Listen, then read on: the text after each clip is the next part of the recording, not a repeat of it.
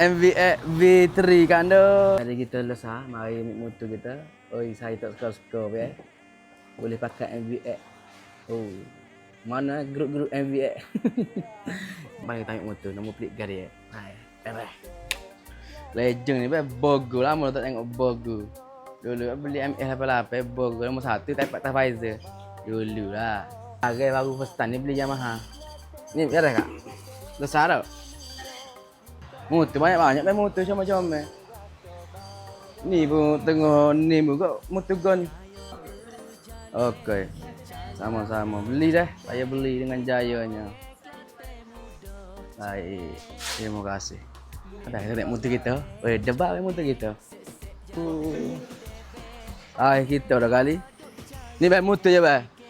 Ni motor kita MVX V3 kan tu. Halo kaca.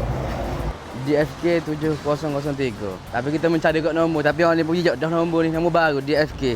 Ni MVX V3 kita ambil ABS. Oi lama dah duduk tengok CCTV. Tapi kat masa tu duduk mikir. Nak beli tak sini, nak beli tak sini, nak beli tak sini. Pasal kita jarang beli mic motor. Tapi mungkin tahun lepas kita nak ada mana ni ke. Agak-agak panis skuter dia tu mau beli join ke. Sama ada mau join ataupun mau buat dua tu lah. Ya, kita tak boleh habis-habis. Tapi nak royak ni MVX V3. Apa nak ke apa? Ajar. Boleh. Buku ni ya, habis repair. Nanti sekali tu boleh operate. Dan ni motor remote irritate. Lebih tak balik motor bagus. Ni order main ni cukup RM1,000. Minyak ada saya. Ada nak tanya ke bagi Takkan ni tak ada lagi ya. Kalau ada masalah ke apa dah sini dah. Boleh. Baik. Terima kasih pada. Dia yang kau lebak pula hujan ni. Dia tak apa kena air dah. Elakkan. Jadi tak kunci bawah je hidup tak? Dia jarak dalam Semeter. Okey. Baik. Jadi beres-beres kita tengok next episode lah. Next episode kita punya motor lagu mana. Lah ni kita nak suruh komen motor beli dah.